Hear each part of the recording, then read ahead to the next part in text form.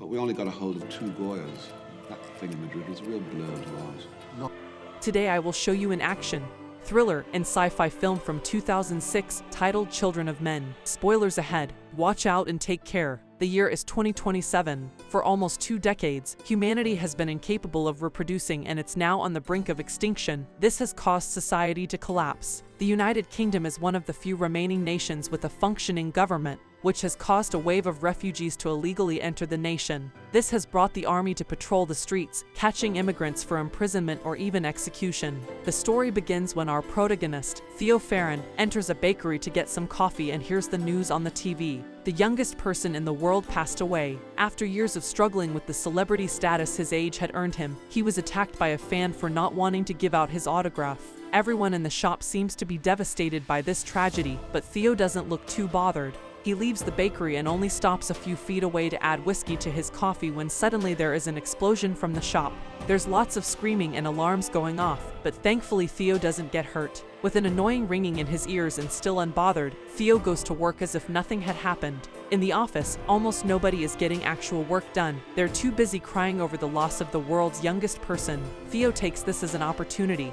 He lies to his boss and tells him he's upset over the news too, so he asks permission to finish his work at home before leaving. On his way back, the train he's taken is constantly on the receiving end of stones from rebels and indigents. There also are many cages filled with refugees and guarded by the cops on the station. This still doesn't make Theo even blink. Outside the station, Theo meets with his old friend Jasper Palmer. After a hug, they get in Jasper's car and drive to his place in the countryside while discussing the bakery explosion, considering the idea it may have been the government itself that planted the bomb. They see a bus pass by, taking refugees to a camp in Bexhill. Jasper's place is hidden in the woods, so hidden that they need to stop the car and move some decoy branches away to be able to pass. Jasper makes fun of Theo for his lack of love life and his alcohol problem. He also offers to come live with him, but Theo turns down the offer. Once they're inside the house, we learn through photos and newspaper clips that Jasper used to be a political cartoonist and his wife Janice was a photojournalist. These days, however, Jasper became a hippie and pot dealer, and Janice is in a catatonic state since she was tortured.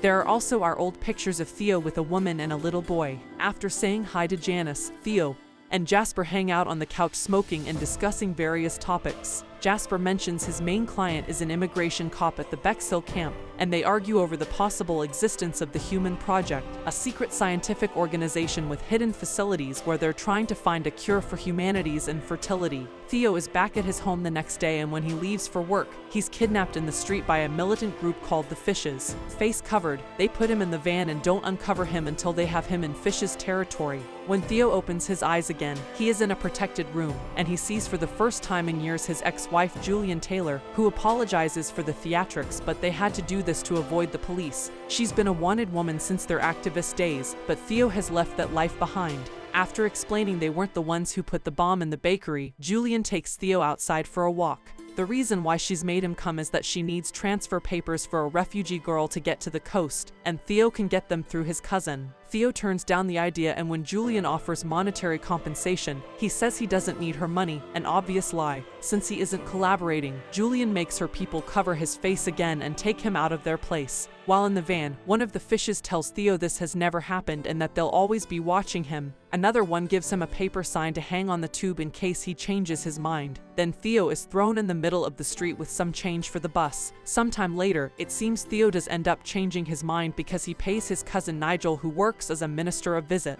A fancy car with its own driver picks him up and takes him to the private residence, where the minister keeps and restores classic works of art, like Michelangelo's David, which is missing a chunk of its leg.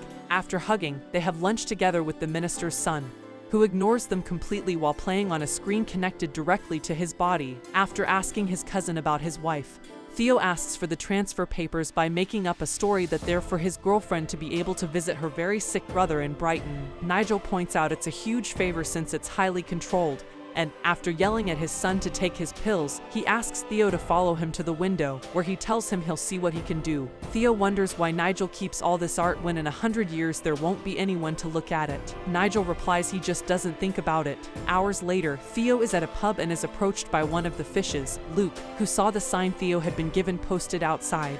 Theo explains he did get the papers, but they're joint, so he is the one who will have to escort the girl, a task he'll accept if he's paid more. Luke accepts because Julian thinks highly of Theo. The next day, Theo is approached by one of the fishes again while he's betting on the dogs, a woman that shows him the same sign he used the day before. He follows her outside and onto a bus, where Julian is waiting for him. She asks about the papers before reminiscing about the old days, but they end up arguing over the way they handled the passing of their child, Dylan, and their eventual separation. When they reach their stop, they hurry out of the bus and Theo takes the chance to ask why he was chosen. Julian says she trusts him. He also asks what will happen to them, and Julian says she doesn't know before pecking his lips. She says he's only come for the money. After crossing a bridge, they walk under it to meet with Luke, who gives Theo his money as soon as he asks for it, while explaining to him that he'll be taken to the first checkpoint in Canterbury and then he'll be on his own with the girl. They get in the car, where Theo is introduced to a woman named Miriam and the young girl he'll be escorting, Key.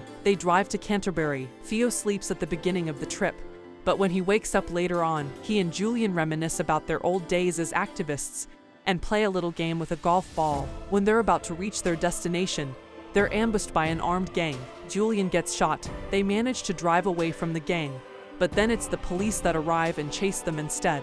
Luke has no other option but to stop the car. However, when he gets out, he shoots both cops before returning to his place behind the wheel and getting everyone out of there as soon as possible. They stop to say their goodbyes to Julian.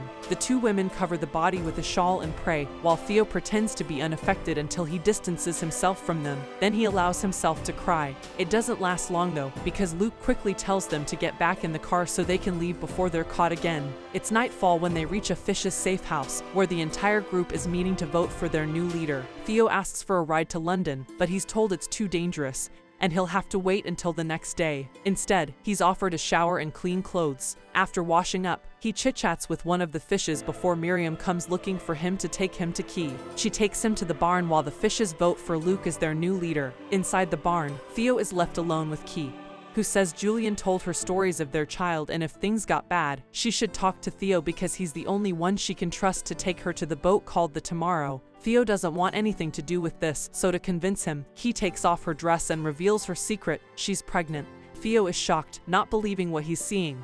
But the moment is interrupted by Luke, who takes them all back to the house. They watch the news on the TV. Julian's body has been found, and they're now looking for the people that were with her in the car. The police think they'll be able to identify them soon. An argument starts then about what they should do with Key. The fishes don't want to make her public because the government will take her baby away, but Theo thinks she needs proper care. There's also the matter of the human project being rather difficult to contact, so they may lose their only chance if they don't go to meet that boat. Key decides to stay and have her baby in the safe house, but she still wants to be taken to Tomorrow after her baby is born. Later that night, Theo can't sleep, so he is awake to hear the noises of people arriving outside.